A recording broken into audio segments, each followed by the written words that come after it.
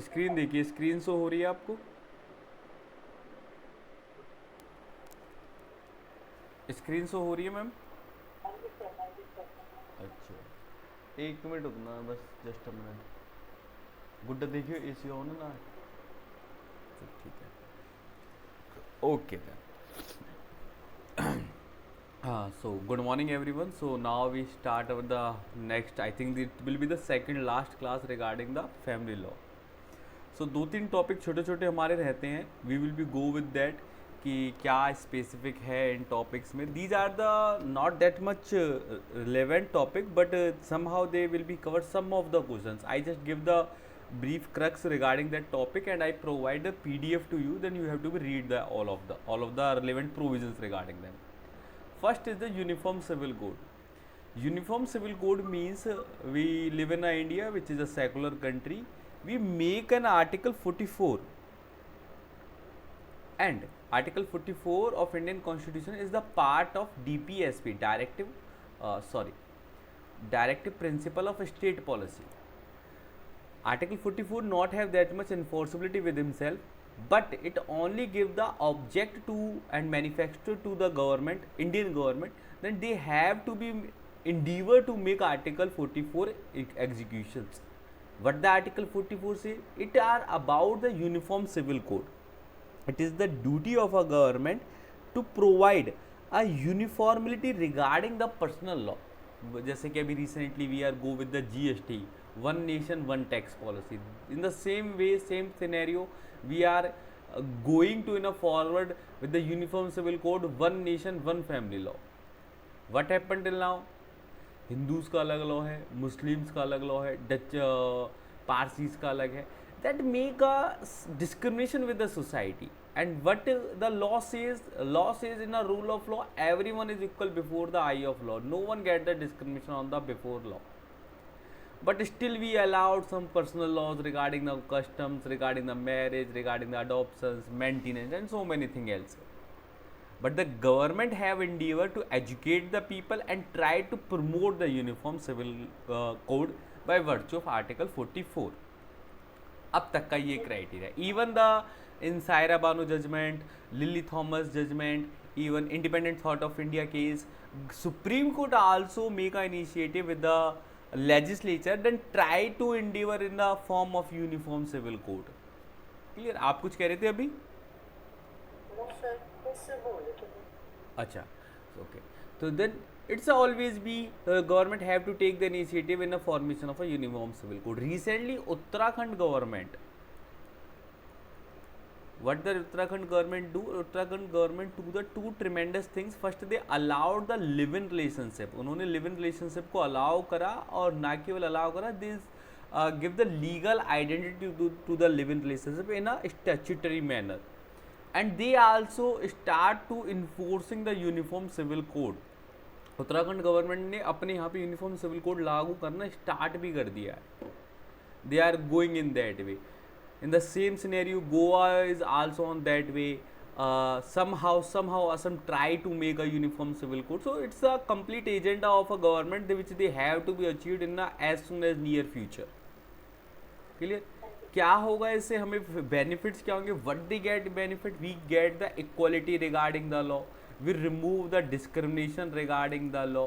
We never be adopt a religion. अभी क्या चल रहा है कि हम किसी रिलीजन को अडॉप्ट करते हैं ना, to get some things, to get some privilege, we adopted the religion. In a case of Sarla Mudgal versus union of India case, we directly seem that कि लोगों ने रिलीजन का अडॉप्शन उनके कुछ प्रिविलेजेस लेने के लिए, उनके कुछ स्पेशल राइट्स लेने के लिए, या फिर डिफरेंट राइट लेने के लिए कर रहे हैं. That make a wrong concept behind the religion. Court want to be clear, law want to be clear that everyone should be treated equally, and we are concerned only and only about the legal aspect of life, not with the legal aspect of the religion. Religion के लिए आपको complete right मिलेगा. Court सारे religions को ख़त्म करने के plan में नहीं है. By virtue of uniform civil code, we are not go in a way that we are to be demolish the all religious activity and secularism of a nation. We just say that कि भाई आपका your faith regarding God, your worship regarding God, it's a different issue. You do as much as you want to do. But the law regarding your marriage, law regarding the things which directly affect the society at large, should be similar with the whole society. तभी society में similarity आएगी. भाई वो जैसा adoption ये कर सकते हैं, ऐसा ये कर सकते हैं, ऐसा दूसरी पार्टी कर सकते हैं, जैसा मेंटेनेंस मैरिज का राइट यहाँ पे है, ऐसे मैरिज के राइट यहाँ पे. मैरिज कैसे होगी कैसे नहीं होगी, you can be treated like that, but the right of marriage, right of divorce should be similar with everyone. That is the uniform civil code and it is never be against the secularism. Clear? चलो, next thing is about the gift. If I talk about gift in both Hindu and Muslim, in both case gift is allowed. Common thing is that in a Muslim it says hiba. Hiba बोलते हैं मुस्लिम में gift को. And the common thing is that in a Hindu and Muslim is that the gift you can gifted the property only your own property, personal property को ही आप gift कर सकते हो. किसी दूसरे की प्रॉपर्टी या फिर ऐसी प्रॉपर्टी जिस पे आपका अपना अधिकार नहीं है, आपका अपना स्वामित्व नहीं है, उसको आप गिफ्ट नहीं कर सकते. First thing is that. Second thing is about proposal plus acceptance in both Hindu and Muslim. पहले व्यक्ति प्रपोज करेगा कि I want to gift you something, and then the donee, दो लोग होंगे, donor and donee. So the donor have make a proposal to the donee and donee have to accept. If donee didn't accept, the gift has been revoked, nothing is left, it's completely void agreement. लेकिन जैसे ही उसने accept कर लिया तब वो उसकी complete wind up हो जाती है. तो gift after the getting acceptance of the Downey, it is completely irrevocable agreement, irrevocable agreement contract. उसे आप वापस नहीं ले सकते. सेम प्रॉपर्टी डोनी गिफ्ट कर सकता है आपको इन फर्दर ओकेजन या फिर any other occasion, but you can not take back your property. ठीक है, वहां पे गिफ्ट के इररिवोकेशंस का कोई प्रोविजंस नहीं है.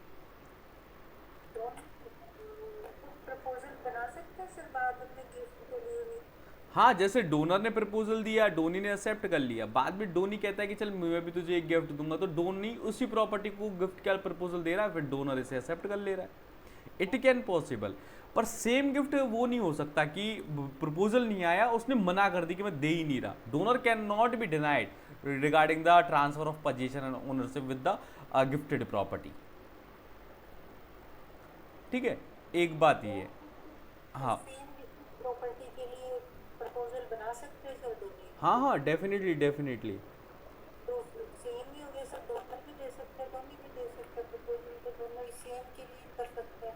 It can but think about it's quite not possible. देखो, डोनर ने कहा कि मैं आपको ये प्रॉपर्टी गिफ्ट कर रहा हूँ, डोनी ने एक्सेप्ट कर लिया. अब डोनर का मन नहीं है कि नहीं मैं वापस नहीं दूंगा, तो डोनी ये नहीं कह सकता वहां पे कि ठीक है मत दे. अब डोनर को देनी ही पड़ेगी, डोनी पे कोई राइट नहीं है अपनी राइट को वेव आउट करने का. लेकिन डोनी ने प्रॉपर्टी ले ली, फिर उसने डोनर की हालत देखी कि यार ये तो ना, इसको तो ज़्यादा नुकसान हो गया, इसने गलती से कह दिया, तब डोनी दोबारा से डोनर को गिफ्ट कर सकता है वो प्रॉपर्टी. वो एक दूसरा कॉन्ट्रैक्ट है, उस सेम पिछले कॉन्ट्रैक्ट को रिटर्न नहीं कर सकता. दूसरे कॉन्ट्रैक्ट में कर दे प्रॉपर्टी, वो तो अब उसका अधिकार है ना डोनी का, अब वो उसका ओनर बन गया. ठीक है, तो वो कर देगा, उसमें कोई इश्यू नहीं है. हम कई बार कोई गिफ्ट आ जाता है, उस गिफ्ट को रखते हैं कि जब ओकेजन आएगा सेम उल्टा लौटा देंगे. इट अकर और नॉट, तो उसमें कोई इशू नहीं है. ठीक है, चलो एक चीज यहां तक क्लियर है. एक छोटा सा प्रोविजंस मुस्लिम लॉ में, ये थोड़ा सा माइंड में रखना कि the Muslim person can not be gifted the property more than 1/3. उनके पास जो प्रॉपर्टी है उसमें 1/3 से ज्यादा को गिफ्ट नहीं कर सकते. ठीक है, जो उनके पास प्रॉपर्टी है उसमें से 1/3 से ज्यादा को किसी को गिफ्ट नहीं कर सकते. क्लियर? चलो आगे चलते हैं. हाँ, and another thing is that कि हिंदू लॉ में gift are deal with the transfer of property act. TPA से हिंदू लॉ में गिफ्ट डील होता है। Now we come with the will are the testamentary succession of a property after a decease during their life, मतलब decease means the person who had been died. तो व्यक्ति अपने जीवन काल में if they make a will, what the will is wish to be succeed his property in a specific manner. एक तो succession, Indian succession act और Hindu succession act और मुस्लिम सक्सेशन एक्ट ने बना ही रखा है कि जो व्यक्ति जिस धर्म का होगा उस हिसाब से उसके धर्म के अनुसार उसकी प्रॉपर्टी का सक्सेशन हो जाएगा। एक ये बात है कि व्यक्ति मरने से पहले ही ये डिसाइड करके जाए कि मेरी प्रॉपर्टी किस तरीके से आगे सक्सीड होगी, that is called the testamentary succession या फिर विल। ठीक है जी। अब हिंदू और मुस्लिम, फिर से सबसे पहले वही बात आई कि भैया विल वो बनेगी जिस प्रॉपर्टी पे आपका राइट है, ओन प्रॉपर्टी है।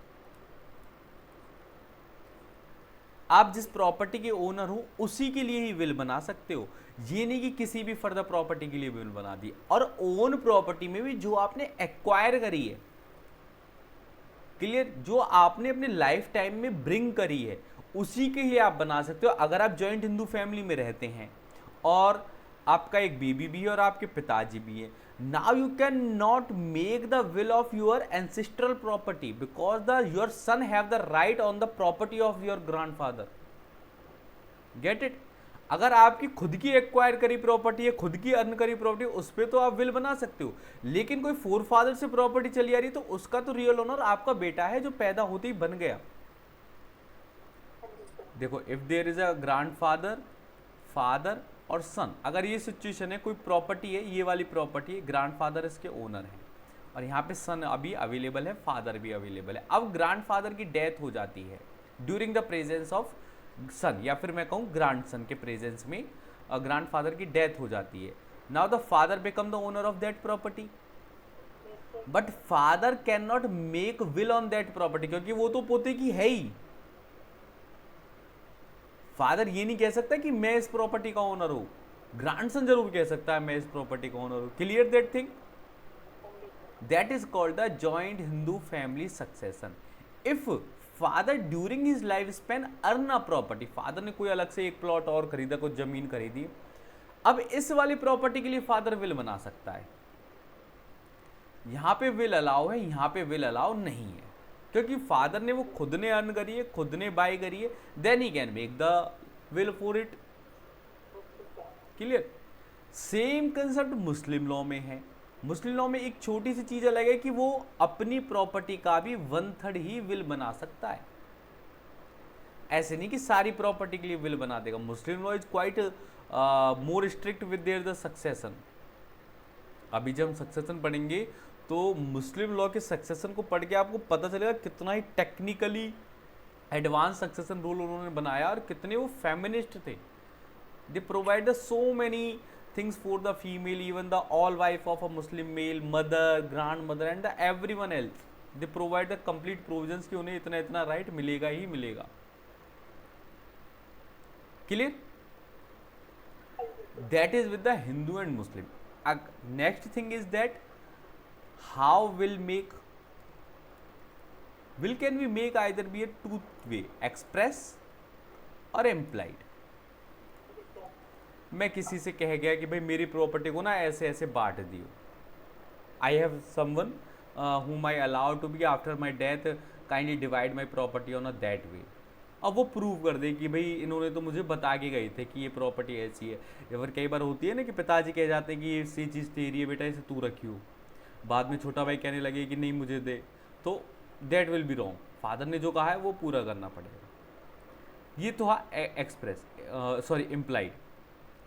एक्सप्रेस इज समझाए कि आपने स्पेशली एक विल बनाई है, you sign on it, you write on it, आपने रजिस्टर्ड करवाई, अनरजिस्टर्ड करवाई, whatever the process you completely done it.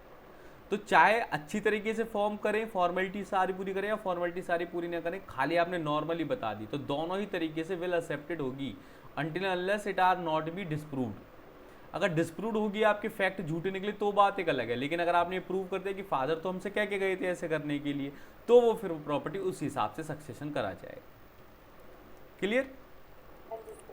Second thing are read regarding the registration. Registration का neither in Hindu law nor in Muslim law there is no any specific provisions are present regarding the registration of a will, and there is a no compulsion regarding the registration, and registration never will affect the validity of a will। आपकी will को strongness तो provide करेगी no doubt, पर validity पे कोई as such effect नहीं गिरेगी। अगर मैं ये कहूँ कि अनरजिस्टर्ड विल कम वैलिड है और रजिस्टर्ड ज़्यादा वैलिड है, it is not like that, दोनों की कंप्लीटली सिमिलर वैल्यू है। Think is that which is the new, ये चीज मैटर करती है कि जो विल है उनमें से नई कौन है, ज़्यादा रिसेंटली कौन सी डेवलप करी गई है। सपोज आपके पास एक विल है, आप एक बंदा है वो विल बनाता है 2022 में और इसे करा लेता है रजिस्टर्ड, फिर 2024 में वो एक विल बनाता है। अब इस बार इसने इसे रजिस्टर्ड नहीं कराई, लेकिन जस्ट इसने विल बना दी जून में और जुलाई में इसकी डेथ हो जाती है, तो विच विल वी अप्लाई, कौन सी विल अप्लाई होगी?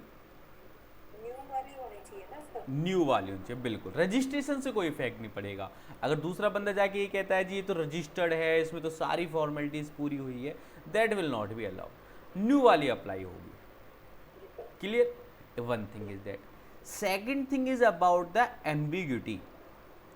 If the someone make a will but the will is not clear with in itself, उसमें कुछ क्लियर नहीं हो पा रहा, क्या कहना चाहते हैं क्या नहीं कहना चाहते। सपोज उसने कहा कि कोलकाता वाली जमीन पे इस बेटे का हक होगा। अब कोलकाता में 3 प्लॉट, अब कौन से प्लॉट का जिक्र हो रहा है, not specific are mentioned in it, या तो फिर सारी जमीन पे कह रहे हैं। अब सपोज किसी व्यक्ति पे कोलकाता में 3 प्लॉट है और कहीं कुछ है ही नहीं, अब वो लिख के चला जाएगा भाई कोलकाता वाली जमीन पे तो छोटे भाई का हक होगा, बाकी जो बचा है बड़े भाई का हक होगा। अब बाकी कुछ है ही नहीं, तो विल एम्बिग्यूटी आ गई विल में। अब वो कैसे रूल आउट हो, तो वहां पे rule of interpretation as per the object of a person use होगा। जो डिसीज्ड है उसका अगर ऑब्जेक्ट फुलफिल हो पा रहा है, उसकी कोई स्पेशल थिंग्स थी, उसके सर्कमस्टांसेस, उसकी कंसेंट, उसका कैरेक्टर, उसका बिहेवियर, उसके नोन लोगों से पता करके अगर वो एम्बिग्यूटी दूर होती है तो ठीक है, अदरवाइज फिर नॉर्मल सक्सेशन एक्ट अप्लाई होगा। ठीक है, कई बार विल बनी होती है, आधी विल मिल रही है, that will not be allowed. एक और बात समझे, विल अपने आप में कंप्लीट होगी तभी अलाउड होगी। अगर विल कंप्लीट नहीं होगी, आधी है, साइन नहीं मिल रहे, या फिर ये कंफर्म नहीं हो पा रहा, फादर ने लिखी नहीं लिखी, भाई साइन करके नहीं गए, बाद में पता चला फादर को तो लिखना पढ़ना ही नहीं आता था, इसका मतलब किसी से लिखवाई है, तो साइन तो जरूर करते, अंगूठा तो जरूर लगाते। अब कुछ भी नहीं लगाया, विल की क्रेडिबिलिटी पे ही क्वेश्चन रेज हो गए, तो court will no going that much concern about कि विल जेन्युइन है या नहीं है। कोर्ट फिर कहते कि भैया और दूसरा ऑप्शन भी तो है, सक्सेशन एक्ट लगा लो। एज पर द रिलीजन, यही तो इंडियन सक्सेशन एक्ट तो है ही। अगर रिलीजन के साथ जाना चाहते हो तो हिंदू सक्सेशन एक्ट या मुस्लिम सक्सेशन एक्ट लगा लीजिए। कोर्ट उसमें जबरदस्ती इंटरप्रिटेशन नहीं करेगी, because it not be easy to determine the object and will of the person who already has been dead. Court को क्या पता भैया उसका विल क्या होगा, कोई बहुत बड़ी पब्लिक फिगर तो है नहीं वो। ठीक, that is think regarding the will. अब इसमें लॉस आ जाए कि विल मिल नहीं रही, आधी मिल रही है, फट गई है, पिताजी कह के तो गए थे, पता नहीं चल रही कहाँ है, that will not be completely allow. उसमें कुछ टाइम जरूर दे दिया जाएगा कि भाई 6-7 महीने का टाइम मिल रहा है, विल मिलती है तो ढूंढ लीजिए, अदरवाइज हम हिंदू सक्सेशन एक्ट या फिर मुस्लिम सक्सेशन एक्ट के तहत आपकी प्रॉपर्टी का डिवीजन कर ही देंगे। क्लियर? चलो, same here there is a one thing is more, revocation of will. जैसे कि अभी हमने बताया कि भाई 2 विल है, विल कैसे रिवोक होगी, या तो फादर ने कोई विल बनाई और वो खुद ही कह के चले गए जाते जाते कि भाई उस विल को मत मानियो, अब ना नॉर्मल सक्सेशन कर लेना तुम, तो जो बंदा क्रिएटर है तो वो रिवोक कर दे, या फिर पुरानी विल के प्रेजेंस में नई विल बना दीजिए। सेम पर्सन अगर नई विल बना देता है तो फिर वो पुरानी विल ऑटोमेटिकली रिवोक्ड हो जाएगी। ठीक है, इसका मतलब या तो मैं अपनी विल को खुद ही फाड़ दूं, खुद ही उसकी बात को खंडन कर दूं कि भाई ऐसा नहीं करना, या फिर मैं उस पुरानी विल के होते हुए नई विल बना देता हूं, तो नई विल अपने आप भी एग्जिस्टेंस में आ जाएगी और पुरानी विल रिवोक हो जाएगी। क्लियर जी? चलो आगे चलें। अच्छा एक चीज और रहेगी थी गिफ्ट में, हाँ, gift to the unborn child. Unborn child का थोड़ा सा समझ लें। If I read with the TPA, if I go with the TPA and the normal definition of the section 4 of the transfer property act for a Hindu and Muslim both laws, property should be transferred and conveyed from one living person to the another living person। एक जीवित व्यक्ति से दूसरे जीवित व्यक्ति तक ही property जाएगी। एक बात उन्होंने ये तय करी, उसके बाद ही उन्होंने परपेचुनिटी के अगेंस्ट और अनबोर्न चाइल्ड के लिए कुछ लॉज बनाए। व्हाट दे सेड, एक तो तरीका देखो है कि ट्रस्ट बना दीजिए, या फिर एक तरीका है कि किसी थर्ड पर्सन को प्रॉपर्टी दे दीजिए फॉर द टाइम बिंग। अब कितने टाइम बिंग के लिए ट्रस्ट और थर्ड पर्सन उस प्रॉपर्टी को बियर कर सकते हैं? Either be a birth of child, child के बर्थ के इंतजार कर सकते हैं, प्लस 18 ईयर, या तो बच्चे के पैदा होते ही उसे वो प्रॉपर्टी दे दी जाएगी, ठीक है, या फिर उसके 18 साल तक के होने का वेट और कर सकते हैं कि भाई जब मेजर हो जाएगा तब दे देंगे। इससे लंबा वेट नहीं हो सकता। One thing is clear. Second thing, will के लिए तो ये रूल चल जाएगा, बस थोड़ा सा गिफ्ट के लिए अनबॉर्न चाइल्ड के लिए चाइल्ड का वूम्ब में होना बहुत जरूरी है। चाइल्ड वूम्ब में ही नहीं है, चाइल्ड एग्जिस्ट ही नहीं करता, there is nothing with the existence of child, then the property can not be gifted to that child. Transfer हो सकती है, गिफ्ट नहीं हो सकती। मैं ये कह के तो जा सकता हूँ कि मेरे छोटे भाई का जो पहला बेटा हो उसको दे देना जब वो 18 साल का हो जाए, दैट विल बी अलाउड, लेकिन छोटे भाई की शादी ही नहीं हुई, that is not allowed gift के केस में। ट्रांसफर के केस में अलाउड है। समझ रहे हैं आप मेरी बात? ठीक है जी, तो ये वूम का कंसेप्ट है। Now we go with the some of the things regarding the woman status in a Hindu and Muslim law. If I go, देखो बहुत मेजर एस्पेक्ट अगर हम देखें तो in a Hindu and a Muslim law, the position of women in both laws and the both religion are not that much quite good. शुरुआती दौर में इतनी दोनों में ही फेमिनिज्म की पोजीशंस, वुमेन्स का स्टेटस कोई बहुत अच्छा नहीं था। But what about the Hindu, they start to accept the change in a society. हिंदुओं ने सोसाइटी में change time to time start कर दिया, एंड राजा राम मोहन राय जी की मदद से बहुत सारे चेंज अलग से भी आए। तो हमने सती प्रथा भी ख़त्म कर दी, हमने चाइल्ड मैरिज भी लगभग एबॉलिश कर दिया। आज भी होता है, मैं ये नहीं कहूँगा कि चाइल्ड मैरिजेस नहीं हो रहे, it occurred, but people are, I personally think कि एटलीस्ट इन मेट्रो सिटीज़ में लोग अवेयर हो चुके हैं, they are not in go with the consent regarding the child marriages, ठीक है। इसके अलावा बहुत सारे एविल कस्टम्स थे regarding the abusive relationship of a marriage, they are completely destroyed, women are get aware with their the rights, and the divorce is also prevailed in the society where the live with a spouse is completely impossible and against the life also, that thing। But if I से कि सारे Hindus में women का status बहुत अच्छा हो गया, बहुत सब कुछ सही चल रहा है, इक्वालिटी आ रही है, इट्स नॉट ट्रू। जहाँ पे राइट है, जहाँ एजुकेशन आई है, लिटरेसी आई है, अवेयरनेस आई है, गवर्नमेंट का सुपरविजन अच्छा हुआ, एडमिनिस्ट्रेशन ने वर्क करा, वहाँ पे ये सारी चीज़ें आई हैं, लेकिन still there is so many rural areas in Bihar, UP, Bengal, Kerala, वहाँ के रूरल एरियाज में आज भी वुमेन्स की पोजीशन खास अच्छी नहीं है। They are abused for the marriage, they are abused for dowry, they are abused for any household activities, and they are treated as a object till now। आज भी उन्हें ऑब्जेक्ट की तरह ट्रीट करा जाता है in a every religion। They are not make a respect in a Hindu religion where we treated the source of energy, source of God is vested with the female। जहाँ nature ने ही female को, प्रकृति को आगे बढ़ाने का उत्तरदायी दिया, वहाँ पे फीमेल की सबसे बुरी स्थिति हिंदू धर्म में हो रही है।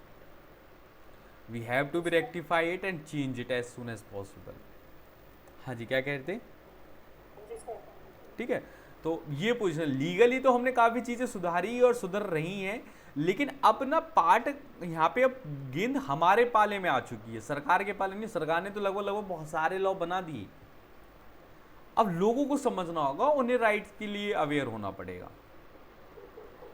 If I concern about the Muslim law में आज भी स्थिति थोड़ी सी क्रूशियल है। देखो ये जो इंटरप्रिटेशन है, it can be the controversial statement कि मुस्लिम लॉ में फेमिनिज्म नहीं है, ऐसी सारी चीज़ें, बट ये अपना अपना सब्जेक्टिव क्वेश्चन है, अपनी अपनी सब्जेक्टिव थिंक है। If I go about the polygamy, आज भी वहाँ पे एक व्यक्ति को चार शादी करने की इजाज़त है। That is not in a favour of a women. एक महिला के लिए कतई भी अच्छा नहीं है कि हर spouse have so many other relationship apart from him. And there is a concept of मुत्ता मैरिज। सिया के अंदर एक मुत्ता मैरिज का कंसेप्ट होता है, जिसे हम टेम्परेरी मैरिज या अरेंजमेंट मैरिज बोलते हैं, जहाँ पे the man get married to a female for a temporary time period, for a specified time period, कि इतने साल तक हम साथ रहेंगे। After that there is no maintenance, no anything, mutual consent से इतने टाइम बाद ऑटोमेटिकली डिवोर्स हो जाएगा। तो that type of custom are completely against the movements. Divorce की अगर हम कंडीशंस देखें, जब हमने डिवोर्स पढ़ा था, चाहे वो एहसन हसन पढ़ा हो, तफीज़ पढ़ा हो, मुबारक पढ़ा हो, खुला पढ़ा हो, उन सभी में कहीं ना कहीं हमने ये देखा है कि मेल डोमिनेंट सोसाइटी का वर्चस्व दिखता है। मेल डोमिनेंट सोसाइटी का आपको एग्जिस्टेंस दिखेगी। फीमेल्स को डिवोर्स के अधिकार ही नहीं है तो एग्जीक्यूटिव ही नहीं है, कंप्लीटली इन्फोर्सेबल ही नहीं है, और बहुत माइन्यूट से अधिकार है कि some circumstances they can get a divorce. और मेल को इतने मेजर राइट्स दे रखे हैं, जब मन चाहे तब डिवोर्स दे देगा, छोटी छोटी बातों पे डिवोर्स दे देगा, कोई रीज़न नहीं देना, कोई कॉस्ट नहीं देनी, और जस्टिस से डिवोर्स कोई फॉर्मेलिटी नहीं, कोई प्रोसेस नहीं, जस्टिस से डिवोर्स डिवोर्स डिवोर्स अटकर। सो दैट इज रॉन्ग, ठीक है। No concept regarding the maintenance till now, as such strict literature rule is not available for the maintenance of a female. But I go with the succession in a Muslim law especially. अगर मैं females में Hindu law में succession की बात करूं, तो after 2019 and 15 so many things are clear. अब जब से सेक्शन 6 में अमेंडमेंट हुई है, फीमेल्स को प्रॉपर्टी में सारे राइट्स मिलने लगे हैं। अनडिवाइडेड जॉइंट हिंदू फैमिली में तो और भी ज़्यादा राइट्स मिलने लगे हैं। But I talk about the Muslims, वहाँ पे सक्सेशन बहुत अच्छा है। सक्सेशन के तहत फीमेल्स पे राइट बहुत पुराने समय से है, कोई नया नहीं है उनके पास right. They have the complete right regarding the property when the deceased died. But the thing is that are they aware about that thing और not? Are this law in execution और not? Are this law really pay their values to the society और not? वो लागू कितना हो रहा है वो लॉ, इस बात पे डिपेंड करती है। क्योंकि असलियत में कानूनी दायजामा तो उसे पहनाया ही नहीं गया, अभी कानूनी कपड़े तो उसे पहनाए ही नहीं है हमने। और जब तक legal enforceability as such prevail नहीं करेगी, तब तक उस लॉ की इन्फोर्सिबिलिटी होना थोड़ा सा मुश्किल है, ठीक है जी।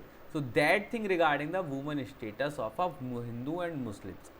Apart from them, there is a concept of the Davar and Stridan which are quite simple. I shared the PDF to you. If you anyone have any doubt, then you can be asked to me. आपने मुस्लिम में बताया succession में they get rights of the property, हाँ, but not legally. उन्होंने जो succession right मिला हुआ है, कुरान में जो उन्होंने सक्सेशन की परफॉर्मेंस दे रखी है ना, वो तो है। लीगल इन्फोर्सिबिलिटी एज सच नहीं है। जैसे कि अगर मैं हिंदू की बात करूँ तो अलग से हमारे पास हिंदू सक्सेशन एक्ट है, मुस्लिम्स के पास कोई एक्ट नहीं है। वो बस पुराने अपने कस्टम और रिचुअल्स के हिसाब से उन सक्सेशंस को फॉलो कर रहे हैं। अब till now you have the left only the topic of succession which we do in a next class with a Hindu and Muslim law. बस सक्सेशन हमारा थोड़ा सा सक्सेशन बचता है, टिपिकल है। स्पेशली मुस्लिम लॉ का तो काफ़ी डिफिकल्ट है, हिंदू का तो बहुत ईजी है, सिंपल बेस्ड पे स्टेप्स बेसिस पे आपका सक्सेशन हो रहा है। You have to be more clear with the Hindus law. Muslim law के कुछ डेफिनेशन टाइप हैं जो पूछे जाते हैं, that I will be discuss with you for our UGC NET exam. For any other competitive exam you have to be clear with the both Hindu and Muslim laws, ठीक है। So that is the thing regarding the position of a women status in a Hindu and Muslim. Any doubt? चलो एक छोटी सी चीज़ और अभी discuss करनी है, I recently get it. हाँ, नेक्स्ट सीट हमारे पास है वक्फ। वक्फ के बारे में आपने काफ़ी सुना होगा। If I talk about the India you will be shocked to know कि इंडिया में तीसरा, हाँ क्या कह रहे हो आप? पीडीएफ तो नहीं शेयर कर रखिएगा देखिए। पीडीएफ वक्फ की I will share it, don't be worried. ठीक है, थोड़ा सा ही कंसेप्ट है, ज़्यादा हमें वक्फ की डिटेल में नहीं जाना। एग्जाम प्रोस्पेक्ट से ऐसा जितना क्वेश्चंस वक्फ से तो बहुत कम पूछे गए हैं अभी तक। तो अगर मैं वक्फ की बात करूं in India, you will be shock to know कि the third biggest land owner in India is a Waqf board. वक्फ बोर्ड पे भारत में तीसरा सबसे बड़ा बोर्ड है जिसपे सबसे ज़्यादा लैंड है, after the railway and one organisation also is there, I forget that name. Railway के बाद वक्फ बोर्ड आ रहा है। लेकिन अभी ऐसे क्या चीज़? आर्मी, हाँ। After the army and then railway, इन दोनों के बाद जो सबसे ज़्यादा प्रॉपर्टी है वो वक्फ बोर्ड पे है।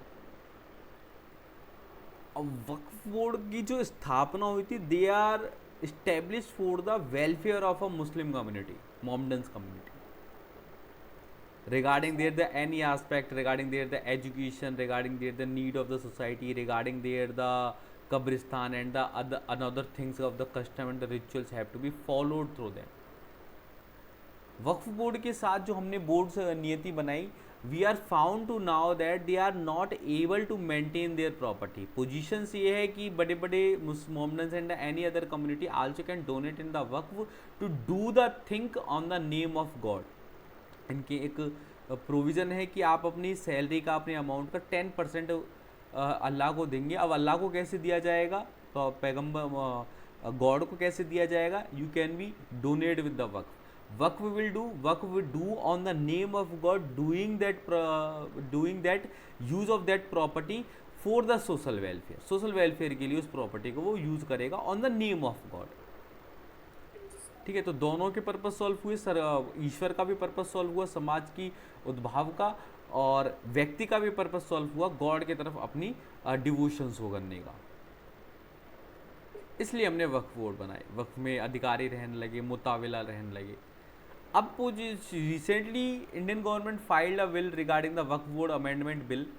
What they are rectified the position of a Waqf board regarding the properties, कि वक्फ बोर्ड अपनी प्रॉपर्टी जितनी उसके पास है क्या उन्हें मेंटेन भी कर पा रहा है। क्योंकि काफ़ी जगह ऐसा देखा गया कि वक्फ की प्रॉपर्टी में या तो किसी और ने कब्जा कर लिया या फिर वक्फ उस प्रॉपर्टी को यूज ही नहीं कर पा रहा, मेंटेन ही नहीं कर पा रहा। सो द गवर्नमेंट एंड, और काफ़ी जगह इलीगल मैनर में भी वक्फ बोर्ड का यूज हुआ। वो तो देखो सब जगह होता ही है, चाहे कोई भी संस्था हो, कोई भी धर्म हो, इलीगलिटी तो सब जगह है। तो उसको लीगल फॉर्म में कन्वर्ट करने के लिए, उसको सुपरवाइज करने के लिए, ठीक से मॉनिटर करने के लिए we make a recent amendment. Waqf board act हमने अलग से बना रखा है, वक्फ बोर्ड बिल अभी रिसेंट आया, where we more scrutinise with the property of a Waqf board, कि भाई कितनी, उसमें हम वक्फ बोर्ड की हो सकता है लिमिटेशन भी रेक्टिफाई करते हैं कि भाई इतनी प्रॉपर्टी वक्फ रख सकता है, उसे सारी प्रॉपर्टी का रिकॉर्ड गवर्नमेंट को देना पड़ेगा, केसेस का रिकॉर्ड गवर्नमेंट को देना पड़ेगा कि कितनी है और कितनी आप क्लेम कर रहे हो। That is the Waqf Board. Waqf Board are primarily deal in the relation with gift to God. Gift के साथ हम इसे पढ़ते हैं कि we gifted something to the God and God use that thing for the welfare of the another one. Simple is that, कि मैंने भगवान को कुछ गिफ्ट दिया और भगवान तो सर्वस्वामी है, उसे तो कुछ चाहिए नहीं, उसने उसी चीज को और जरूरतमंदों में बांट दिया। That is the concept of the Waqf. Clear? चलो, कोई डाउट यहाँ पे अब किसी को? Okay then, thank you.